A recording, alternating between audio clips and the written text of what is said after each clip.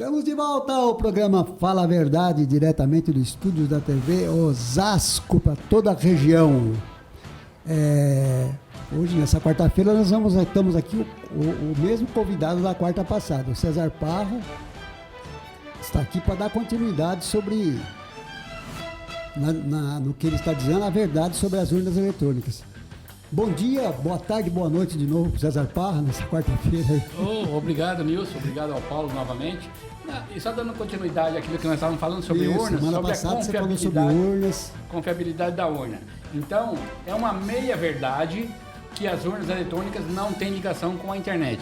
Tem sim os dispositivos, ou seja, as mídias que são abastecidas num computador no cartório, que é ligado normalmente numa rede normal, são abastecidos lá, aí é levado esse flash de votação, é um cartãozinho de memória, e é introduzido na urna, para atualizar os aplicativos, o software, essas coisas. Então, o grande X é aquele pedacinho de cartão de memória. E perícia em urna, nunca. Quem fala que as urnas não são seguras, na verdade as urnas são seguras. O que não é seguro, o ser humano que a manipula e aquilo que está no outro computador. Porque nunca ninguém pediu perícia no GEDAI, o gerador de mídias, o computador do cartório, e nunca ninguém fiscalizou a linha de transmissão. Eu queria que você fizesse um resumo de quarta-feira passada, só para as pessoas que não assistiram naquela quarta, para nós mais ou menos ter noção do que nós falamos na quarta passada. Rapidamente para as pessoas entenderem. Um dos principais responsáveis por não ter uma fiscalização efetiva nas urnas é a OAB. Por quê? Porque os advogados não estão preparados, tecnicamente, não em termos de lei, a se portar de frente com um juiz eleitoral ou com um promotor eleitoral e fazer alguns pedidos.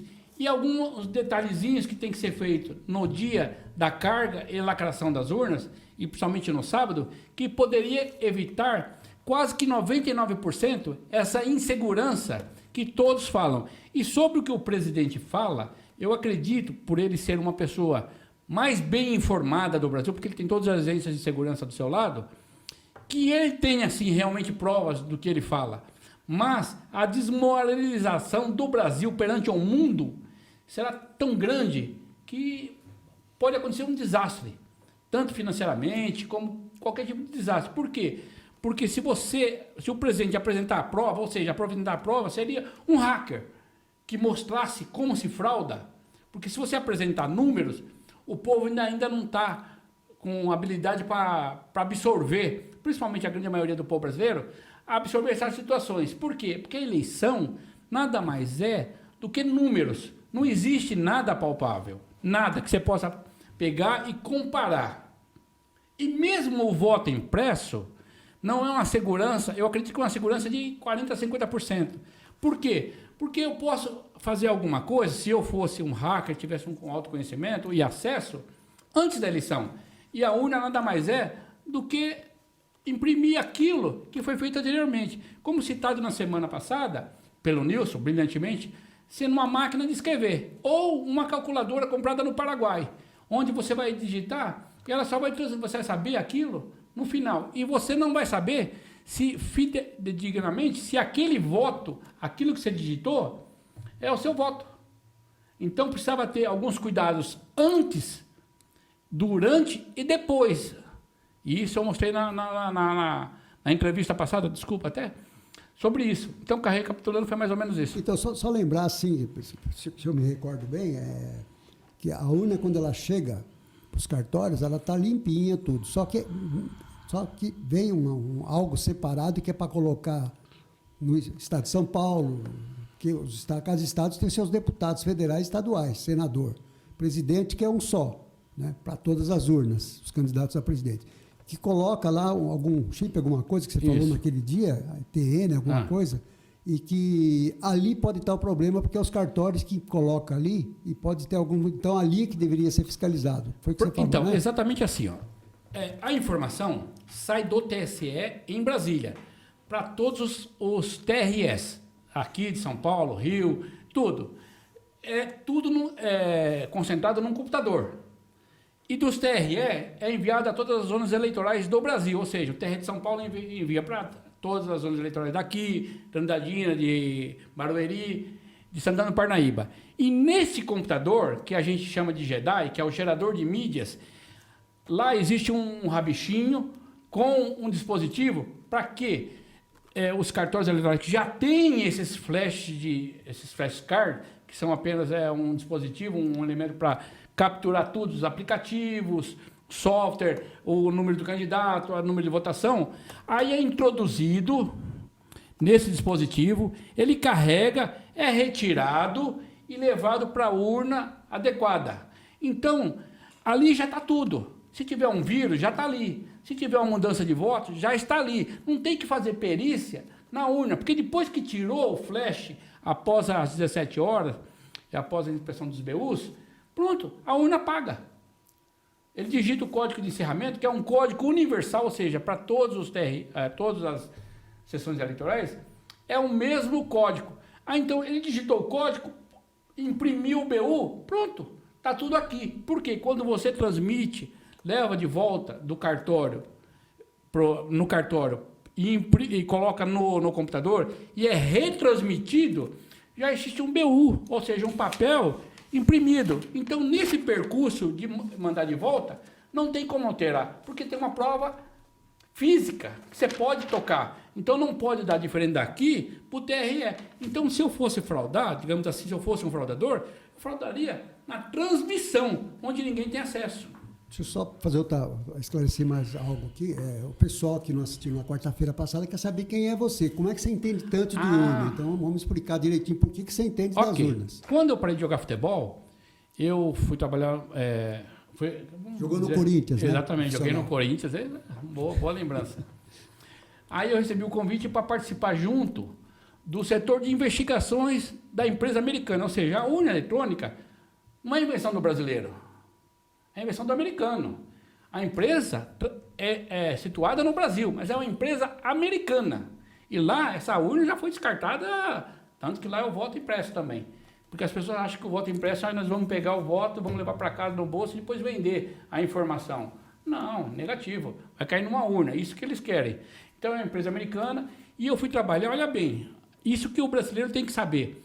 No setor de investigações, junto ao setor de investigações, da empresa americana que fabrica as urnas e ATMs, ou seja, a empresa que fabrica... Pode falar o nome da empresa? Diebold Procomp, está em todos os flashcards. Como chama? Diebold Procomp, é Diebold Procomp. Quando você for quando você for na Caixa Econômica ou na lotérica, você vai ver que lá o terminal é escrito Diebold. Uma empresa maravilhosa, ela fez o que tem que ser feito. O problema é o homem. Então, olha bem, dentro da empresa americana, tinha um setor específico para investigar a infidelidade de funcionários em produtos da empresa. Ou seja, produtos da empresa seria ATMs e urnas eletrônicas. Agora, o que me deixava assim, preocupado e curioso, que me levou a ter um conhecimento que eu tenho hoje, é que se tudo era tão inviolável, para que ter um setor de investigação? E como é que um mero técnico consegue fraudar um ATM, um chupa-cabra, um conhecimento tecnológico para isso? E eu, curioso que foi, o que aconteceu? Justamente por você ter citado o Corinthians, por eu ter jogado no Corinthians, tem muitas pessoas que gostam disso. E eu tive a sorte do meu professor ser um engenheiro de software da empresa, meu professor, que me ensinou tudo. Porque um jogador de futebol, Nilson, não entende nada de tecnologia. Só entende de chutar pro gol. Exatamente. Às vezes eu ficava matutando que me colocaram ali, como colocaram... olha bem a colocação que eu vou fazer, Nilson. Que me colocaram ali, como colocaram os eleitores para votar. Ou seja, não vai questionar nada, não vai investigar nada, não vai fazer nada. E vai acreditar naquilo que está ali. Mas eu sou curioso.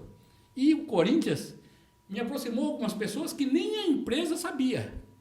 Porque eu me encontrava com engenheiro de software, acho que você vai lembrar, na Avenida Presidente Altino tem um campo, agora deve ser do Caju, antes era da Aços Tupi, naquela subidinha que tem na... Quase chegando lá no Exato, na ponte, tem um campo do Caju ali. E eu ia me encontrar com ele lá, por quê? Porque a gente não queria se expor. Então ele me falava, aí eu perguntava para ele, como é que eu pego o clonador de cartão? Ele me explicava. E como é que eu... Não é o fato principal, mas para mim é principal porque eu sou eleitor. Como é que eu pego a fraude? Porque as urnas, quando dá problema, elas voltam para a Diebold para que fosse consertar. Uma excelente empresa, que não tem nada a ver com isso. Mas o ser humano, ele é ambicioso, ele quer dinheiro. Porque é isso que as pessoas me perguntam, Parra, como é que você provaria a fraude? São vários fatores que levam ao conhecimento, para que as pessoas entendam mais. O delegado recebe a notícia que o Nilson roubou um carro, essa oposição. Peraí, ou matou alguém. Peraí, mas o Nilson, cara bacana, é que nem a urna linda, ou o TSE que está falando de lá. O delegado fala assim, investigadores, vamos para campo. Aí vem um cara e fala assim, ó, o Nilson estava num bar falando que querendo roubar um carro. Aí vem um outro investigador, ó, o Nilson estava rodeando um carro Astra. Aí no outro dia, o outro investigador fala, sumiu um carro Astra e o Nilson estava mexendo na porta. Aí vem uma foto, o Nilson estava indo para a praia num carro Astra. Quem que é o ladrão? É o Nilson. Então, dessa forma, são vários fatores que você unindo, você chega ao convencimento. Só que o povo brasileiro, ele gosta de acreditar, infelizmente, boa parte, na mentira. Foi massacrado, e é massacrado todo mundo. Olha, é confiável, se alguém tem algum... Nunca teve denúncia. Eu mesmo já fiz denúncia, tenho protocolos. Em 2014, a Dilma e o Aécio. Aí o Aécio, logicamente, o PSDB contratou lá os hackers e tal, poderia ver como é que se entrava na urna, disse que não teve jeito de entrar na urna. Não foi bem momento assim. Lá. Exatamente. O Aécio ficou desconfiado e então aí acabou acordando que não tem como. Essa foi a informação que levaram para o povo. Mas eu tenho cópia do laudo. E o laudo, no final, é impossível, inconclusivo, não chegou a nenhum, em cima do que é impossível fazer perícia na urna. Por quê? Olha bem, faz perícia disso aqui. Você vai fazer nesse produto de informática? A urna não tem culpa, é como se fosse um automóvel. Está o passageiro lá e está o motorista. Exatamente. Quando ele sai e vende esse carro para outra pessoa... Tá, é fácil. Ó, você citou o carro. Vamos lá, acontece um acidente. O seu carro tem airbag, não funcionou. Mas alguma vez você pediu qual a pessoa no mundo que foi comprar um carro e pediu para testar o airbag? Exatamente. Mas você está comprando um carro que pode estar vazio. E a mesma coisa, está aqui, ó. Que pode falhar, inclusive recentemente aconteceu isso. Só que todo carro que tem airbag, poucas pessoas sabem disso. Fica podendo aquele barulhinho quando você está sem cinto. Mas o computador de bordo está acusando que você está sem cinto. E muitas vezes o seguro não paga porque manda fazer perícia. Peraí, ele não usou o airbag. Aí perdeu o seguro. É a mesma coisa. Espera um pouquinho. Mas onde instalou o airbag? É uma série de fatores. Então, não se faz, pelo amor de Deus, brasileiro, quem for de informática, esse pessoal que vai fazer o teste lá de segurança, você faz teste de segurança em nada, numa caixa vazia. Faça o teste de segurança no cartório. Ou no computador que é enviado no TRE. Porque ó, eu vou só dar a data de domingo, hora que eu vou fazer. Exatamente. Olha bem, e aí já é um dia da seleção. Se você for fazer, isso é um ensinamento para qualquer advogado que for fazer. Façam isso. Batam de frente com o juiz que vocês tenham direito. Chegar no sábado, quando for fazer o VPP, ou seja, que são utilizadas aquelas urnas para fazer se a urna está funcionando ok, beleza, ótimo. Um dia antes da eleição. Um dia antes, todo no Brasil inteiro. Isso é obrigatório. É obrigatório. Tanto que o juiz, bem antes, convida o juiz eleitoral do município, convida a OAB e o Ministério Público... representantes dos partidos também. Exato. Mas ninguém vai. Porque confia. Para não perder o sábado inteirinho. Fica lá 10 minutos, assina a ata e vai embora. Peça, por favor, para que mude a data da urna. Você vai fazer uma verificação como se fosse um dia da eleição? Muda para o dia da eleição, um dia depois. O horário, às 8 horas. Pega um técnico do cartório, peça para que ele utilize o caderno e digite todos os votos que estão lá. Isso aí vai demorar umas 3, 4 horas. Quer dizer o seguinte, que ela está programada, o chip que está lá, que foi alterado, está programado para ser ativado só no domingo na abertura da urna. Se fizer no sábado não aparece nada. Vou falar assim, se eu fosse hacker, eu teria que ter conhecimento de tudo para fraudar um sistema, de todos. Quando é ligado, como é ligado, como não é ligada. E eu, com um pouquinho de inteligência, vamos dizer assim, eu, que não sou hacker, mas um hacker que tem todo o tempo do mundo, ele sabe que no sábado vai haver em todo esse Brasil, que é uma informação oficial, isso acontece. Ele sabe que no sábado vão ligar e vai ter esse teste. Então, eu nunca faria um vírus para acordar no sábado. Eu faria para acordar no dia da eleição e no momento que fosse digitado o código de encerramento. Ou seja, o código de início, desculpa. E depois do encerramento, eu faria outra situação, que seria pegar o caderno de votação, contar quantos faltosos, quantas pessoas faltaram, porque vai ficar o tiquezinho. Se é 400 pessoas que eleitor, faltou 70, é rapidinho. Contar, chamar o presidente da mesa, assinar na ata, faltou, tem 70 papelzinhos sem destacar, 70 canhotinho. E aí, somente após ter colocado na ata, imprimiria o BU. Porque aí eu constataria, se fosse isso. Após isso, já na segunda-feira, eu já entraria com a petição no TRE, que no caso de São Paulo, se fosse o caso, pedindo os logs e os hashes, para justamente, olha bem, transformar a minha dúvida em algo escrito, que o próprio TRE enviar. Só para vocês terem uma noção. Uma eleição que eu suspeitei que havia alguma coisa errada em Osasco, eu pedi, através de um partido político, de um ex-prefeito, esses documentos. A minha surpresa ao abrir. Por quê? Porque o cartório, através do juiz daquela zona eleitoral, me informou que só 3 pessoas, em todas as urnas, mais de 300 urnas, só 3 pessoas não conseguiram votar porque já tinham votado para eles. Primeiro, olha bem, se já tivesse meia pessoa votado no meu lugar, já é uma fraude. Já deveria ter sido notado. Mas eles vão falar que a pessoa, o mesário, cansado, digitou o título de baixo que digitou outro título. Mas já tem uma fraude, porque ele vai ter que digitar para outra pessoa para votar. Então vai ter que usar o título de outra pessoa. Então, olha bem, nessa eleição, oficialmente, com documento, está comigo esses documentos, eu apresentei no TRE esse documento, numa única urna, são 300 pessoas que votam, tinha de mais de 400 votos que a pessoa tentou votar e não conseguiu. Tinha mais voto, mais de título digitado, de pessoa que foi votar e não conseguiu votar. E por que não está na ata? Na eleição, acho que foi na eleição de 2018, 2020, teve no Nordeste, muitas pessoas falando, mas eu não consegui, cheguei lá, não aceitou meu voto, porque já estava votado. Né? Então, isso é fraude. Tem esses não vídeos pode ter aí. uma, porque olha bem, se você for no banco e tiver R$10, você tem R$1 milhão, você tem R$10 que alguém tirou, é uma fraude. Fraude é fraude, não tem meia fraude.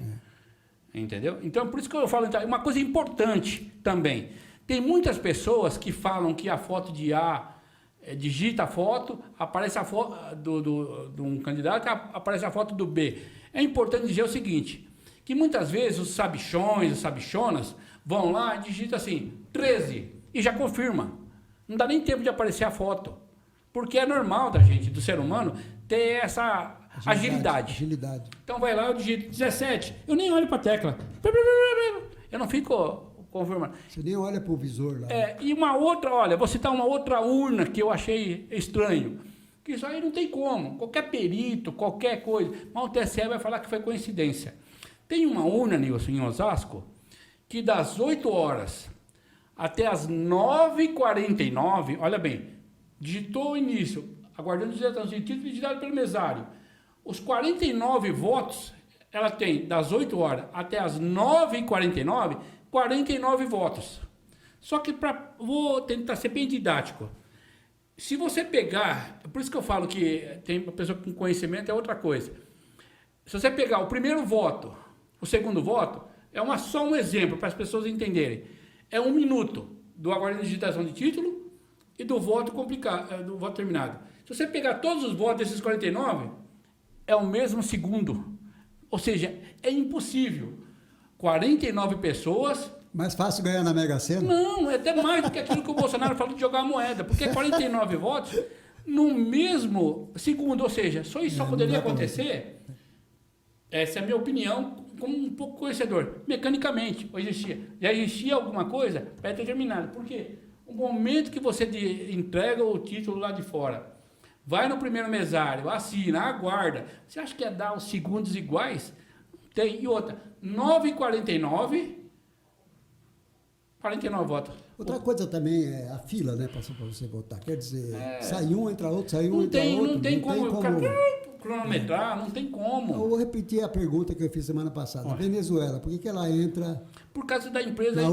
Existe isso mesmo da Venezuela? Tem alguma coisa com urnas eletrônicas? Existe muito folclore, muita coisa. Existem pessoas que falam que eu fico do lado de fora, observando quantos votos tem. Primeiro, tinha que estar ligado a urna na internet para funcionar o Bluetooth. E a questão do Smartmatic. Porque hoje, o que acontece? É uma empresa ligada... Smartmatic é da Venezuela.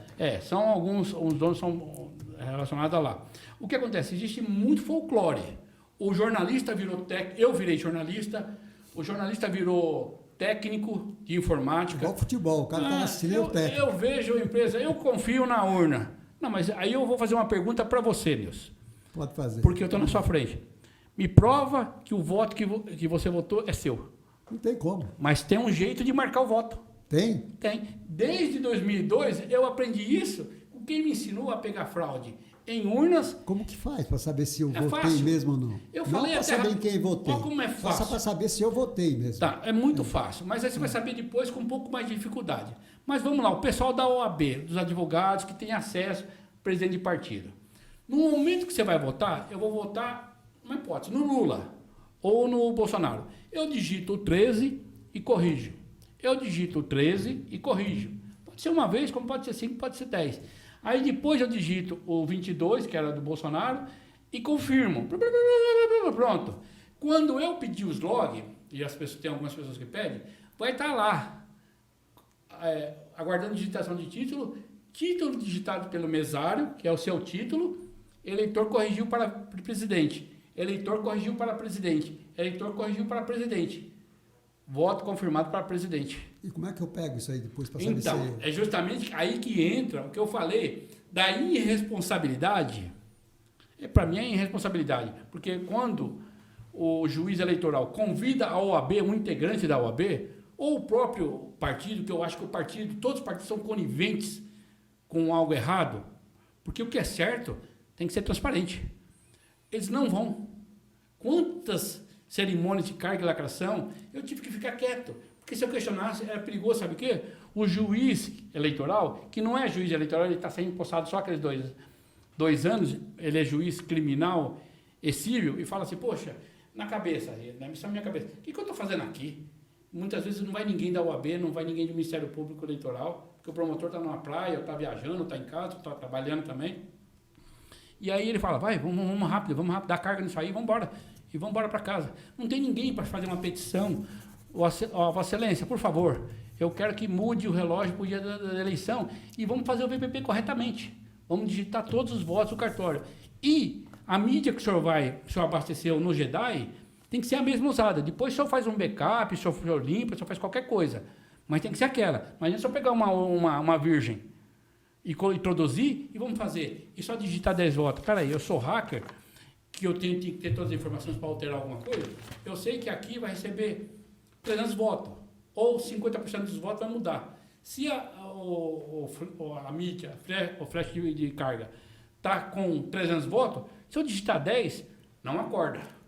Se eu digitar 10 e digitar o código de encerramento para imprimir, eles falam, tá perfeito, foi 3 votos para o Nilson, 3 votos para o César, 3 votos para o Paulo Coutinho. Poxa, mas não é isso. A urna, ela está para receber mais de 300 votos. Então, vamos digitar todos os votos que estão ali. Vamos fazer uma eleição. Mas vai ficar até 10 horas da noite. Peraí, a programação da urna, você quer dizer, aquela urna ela está programada para até 300 votos? Até mais. Até mais. Pode passar. Cada sessão eleitoral... É porque, por exemplo, eu voto sempre naquela sessão, então meu nome sempre está lá. Então sempre está lá. Tem o total das pessoas que vão votar naquela urna. Mas eu preciso dessa informação, se eu fosse hacker, para fazer essa alteração. Eu não posso falar assim, o Nilson naquela urna, eu quero que ele receba 10 votos. Por quê? Se a urna cabe 400, eu quero que você ganhe, eu vou colocar o máximo possível de voto desde que não chame atenção. Porque o mais legal de tudo... 3x1, que é o famoso, que o pessoal fala. Né? Às vezes acontece isso, mas às vezes acontece... 3x2. Porque hoje, olha bem, eu não trabalho nem com número, trabalha-se com porcentagem. Entendeu? Eu quero que ele tenha 61,3% e o Parra esteja 29%. É o que vai acontecer. Por quê? Uma coisa que nunca ninguém fez, nem a OAB, nem ninguém. Ninguém nunca questionou se o número de faltosos que sai no BU é o mesmo que vai ser depois justificar ou vai pagar multa no cartório. Nunca. Então eu posso utilizar a diferença em número de faltosos, brancos e nulos. Porque se você pegar lá atrás, parece uma coisa incrível. Quase que as mesmas pessoas faltam, as mesmas pessoas votam em branco e as mesmas pessoas anulam o voto. Sempre os mesmos? Sempre os mesmos. Se você pegar, olha bem, pega a votação do Bolsonaro no primeiro e segundo turno em Osasco. Você vai ver que deu assim, o total 89,15%. É ruim porque eu falo números e as pessoas não vão. 89,15%. No segundo turno, deu 89,51%. O cara não teve nem a preocupação de mudar 84%. Não, ele inverteu o final. 15 e 51. Os números invertidos. Difícil. Olha, eu ficava o dia inteiro conversando com você aqui, mas infelizmente nós temos um horário para começar e terminar. Eu quero agradecer a sua presença novamente aqui, tá bom? Muito obrigado, acho que todos que vão assistir, estão assistindo, vai continuar assistindo depois. Por favor. Um abraço a todo mundo, obrigado pela oportunidade. OAB, fiscalize e aprenda a fiscalizar. Transmissão é tudo. Tá certo. Então nós vamos encerrando por aqui e na sexta-feira voltamos com Fala a Verdade também, tá bom? Abraço a todos vocês.